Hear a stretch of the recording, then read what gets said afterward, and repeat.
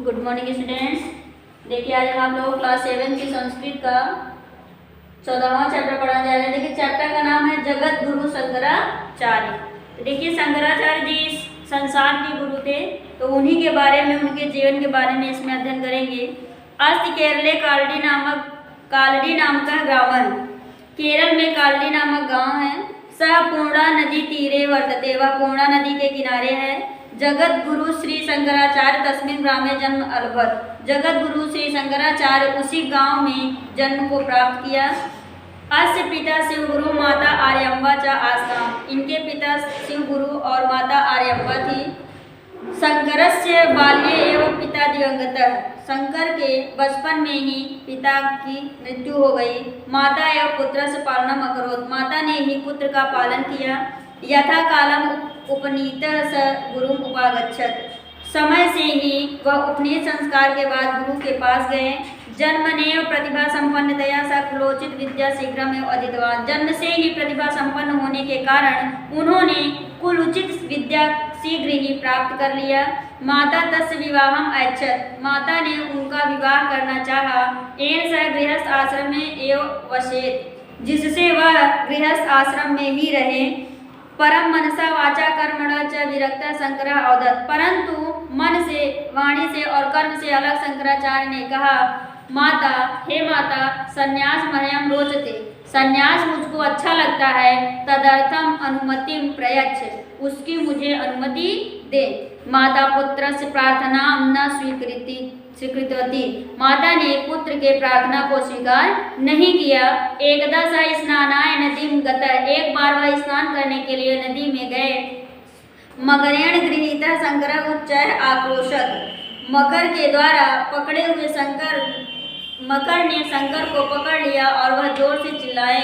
आक्रोशम श्रुत्वा, शोर को सुनकर या चिल्लाने की आवाज को सुनकर नदी तीरम गता माता पुत्रम मकरेण गृहीतम अपश्यत, जाकर माता ने पुत्र को मकर के द्वारा पकड़े हुए देखा। शंकर मातरम अवदत्, शंकर ने माता से कहा, माता, संन्यास ग्रहणाय माम अनुमन्यसे तर्हि अहम मकरात् भुक्तो भविष्यामि इति। शंकर ने कहा, हे माँ, यदि संन्यास ग्रहण करने के लिए मुझको अनुमति दें तो मैं मगरमच्छ से मुक्त हो जाऊंगा। चेतसा अनिच्छन्ति अपि विवशा माता अवदत्, मन से न चाहती हुई भी विवश माता ने कहा, वत्स यथा तुभ्यं रोचते तथा कुरु, हे वत्स, तुम्हें जैसा अच्छा लगता है वैसा करो। इति कष्टेन अकथयत्, अत्यंत दुख से या अत्यंत पीड़ा से कहा। सद्य मकरात् विमुक्तः शंकरः मातुः चरणयोः प्रणामम् अकरोत्, माता च तम अनुगृहीतवती। शीघ्र ही मगरमच्छ से छूटकर शंकराचार्य ने अपने माँ के चरणों में प्रणाम किया और माता ने उन्हें अनुग्रहित किया। मात तव स्मरण क्षणे एवं त्वं समीपम आगमिष्यामि, हे माता, तुम्हारे द्वारा स्मरण करने पर उसी क्षण मैं तुम्हारे पास आ जाऊंगा। इति प्रतिज्ञाय सह गृहं निर्गच्छत्, ऐसी प्रतिज्ञा करने के बाद वह घर से बाहर निकल गए। देशात् देशं परिभ्रमण परिव्राजकः सह काशी गतवान, देश और विदेश, एक देश से दूसरे देश घूमते हुए, परिव्राजक माने होता सन्यासियों के साथ काशी गए। इसके बाद देखिए, ततः नर्मदा तीरम गत्वा स गोविंद पाद आचार्यभ्यः संन्यासं गृहीतवान्, इसके बाद नर्मदा नदी के किनारे जाकर वह गोविंदाचार्य जी के से संन्यास को ग्रहण किया।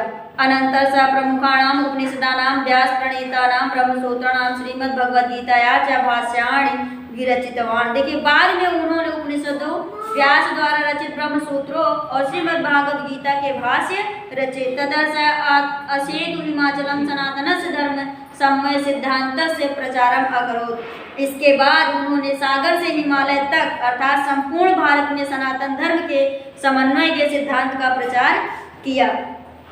अत्रांतरे बहवः जनाः तस्य शिष्याः अभवन्, इसके पश्चात बहुत से लोग उनके शिष्य हो गए। अद्वैत सिद्धांत से प्रचाराय परीक्षणाय च श्री शंकर द्वारा पुर्यां बद्रीनाथे जगन्नाथपुर्यां रामेश्वरम इति स्थाने च चत्वार मठान् स्थापयत्।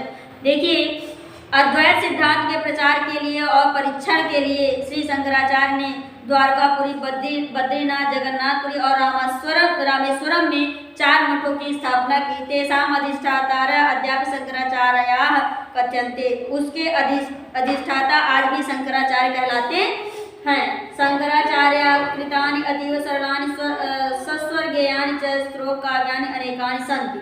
देखिए, शंकराचार्य द्वारा रचित बहुत ही सरल और सस्वर्गीय स्रोत काव्य अनेक हैं। शंकराचार्य कृतं भज गोविंदम इति गीतम बहु प्रसिद्धम वर्तते।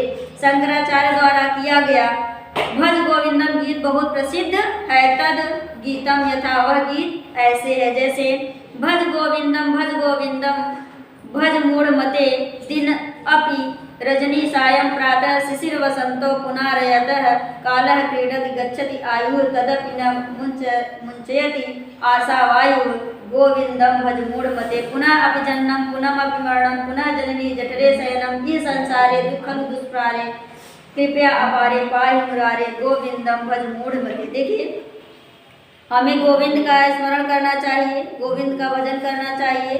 दिन रात, शाम, प्रातः, शिशिर और बसंत फिर आते हैं।